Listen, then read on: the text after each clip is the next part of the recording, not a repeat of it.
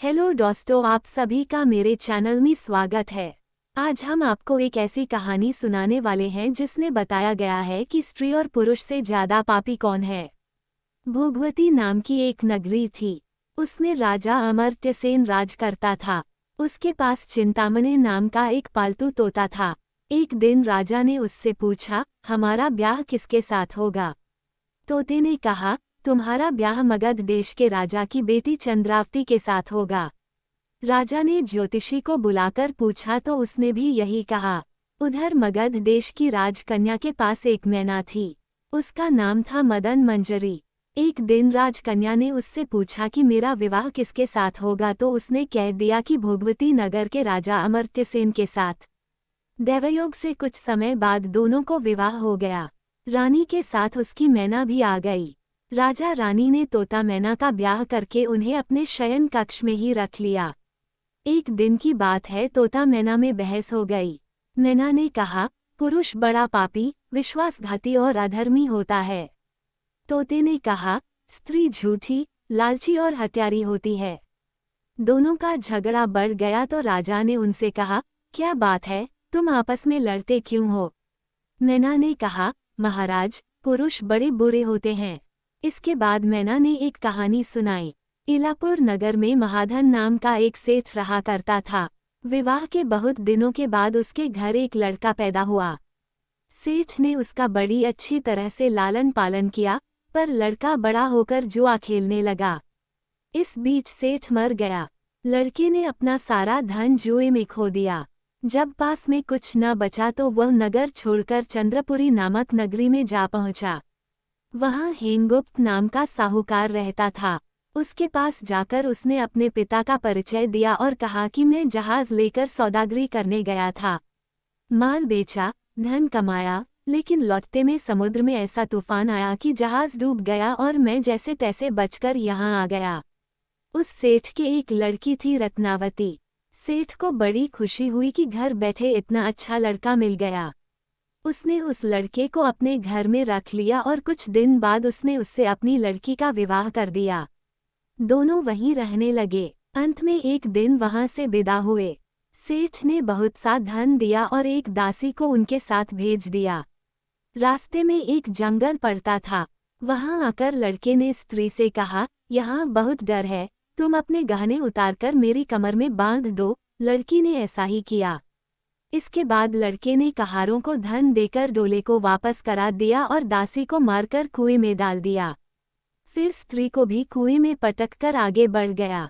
स्त्री रोने लगी। एक मुसाफिर उधर जा रहा था। जंगल में रोने की आवाज सुनकर वो वहां आया, उसे कुएं से निकालकर उसके घर पहुंचा दिया।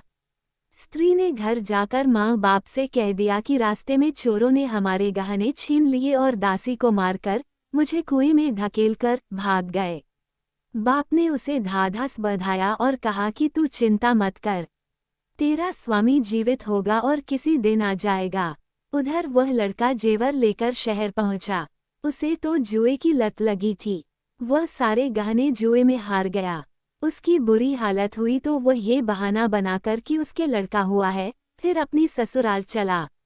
वहां पहुंचते ही सबसे पहले उसकी स्त्री मिली। वह बड़ी खुश हुई। उसने पति से कहा, आप कोई चिंता न करें, मैंने यहाँ आकर दूसरी ही बात कही है। जो कहा था वो उसने बता दिया। सेठ अपने जमाई से मिलकर बड़े प्रसन्न हुए और उन्होंने उसे बड़ी अच्छी तरह से घर में रखा। कुछ दिन बाद एक रोज जब वह लड़की गहने पहने सो रही थी, उसने चुपचाप छुरी से उसे मार डाला और उसके गहने लेकर चंपत हो गया। मैना बोली, महाराज, ये सब मैंने अपनी आंखों से देखा। ऐसा पापी होता है पुरुष। राजा ने तोते से कहा, अब तुम बताओ कि स्त्री क्यों बुरी होती है। इस पर तोते ने ये कहानी सुनाई। कंचनपुर में सागरदत्त नाम का एक सेठ रहता था। उसके श्रीदत्त नाम का एक लड़का था। वहां से कुछ दूर पर एक और नगर था, श्री विजयपुर। उसमें सोमदत्त नाम का सेठ रहता था। उसकी एक लड़की थी, जयश्री। वह श्रीदत्त को ब्याही थी। ब्याह के बाद श्रीदत्त व्यापार करने परदेश चला गया। 12 बरस हो गए और वह न आया तो जयश्री व्याकुल होने लगी। एक दिन वह अपनी अटारी पर खड़ी थी कि एक आदमी उसे दिखाई दिया। उसे देखते ही वो उस पर मोहित हो गई। उसने उसे अपनी सखी के घर बुलवा लिया। रात होते ही वह उस सखी के घर चली जाती और रात भर वहां रहकर दिन निकलने से पहले ही लौट आती। इस तरह बहुत दिन बीत गए। इस बीच एक दिन उसका पति परदेश से लौट आया। स्त्री बड़ी दुखी हुई, अब वह क्या करे। पति हारा थका था। जल्दी ही उसकी आंख लग गई और स्त्री उठकर अपने दोस्त के पास चल दी। रास्ते में एक चोर खड़ा था। वह चोर कौतूहलवश देखने लगा कि स्त्री कहाँ जाती है। धीरे धीरे जयश्री सहेली के मकान पर पहुंची। चोर भी पीछे पीछे गया। संयोग से जयश्री के पुरुष मित्र उस आदमी को सांप ने काट लिया था और वह मरा पड़ा था। जयश्री ने समझा कि वह सो रहा है। वहीं आंगन में पीपल का एक पेड़ था जिस पर एक पिशाच बैठा ये लीला देख रहा था। उसने उस आदमी के मृत शरीर में प्रवेश करके उस स्त्री जयश्री की नाक काट ली और फिर उस आदमी की देह से निकलकर पेड़ पर जा बैठा। स्त्री रोती हुई अपनी सहेली के पास गई। सहेली ने कहा कि तुम अपने पति के पास जाओ और वहां बैठकर रोने लगो। कोई पूछे तो कह देना कि पति ने नाक काट ली है। उसने ऐसा ही किया। उसका रोना सुनकर लोग इकट्ठे हो गए। उसका पति जाग उठा। उसे सारा हाल मालूम हुआ तो वह बड़ा दुखी हुआ। लड़की के बाप ने कोतवाल को खबर दे दी। कोतवाल उन सबको राजा के पास ले गया। लड़की की हालत देखकर राजा को बड़ा गुस्सा आया। उसने कहा, इस आदमी को सूली पर लटका दो। संयोग से राजा जब उसे सजा सुना रहा था, वह चोर भी वहां खड़ा था।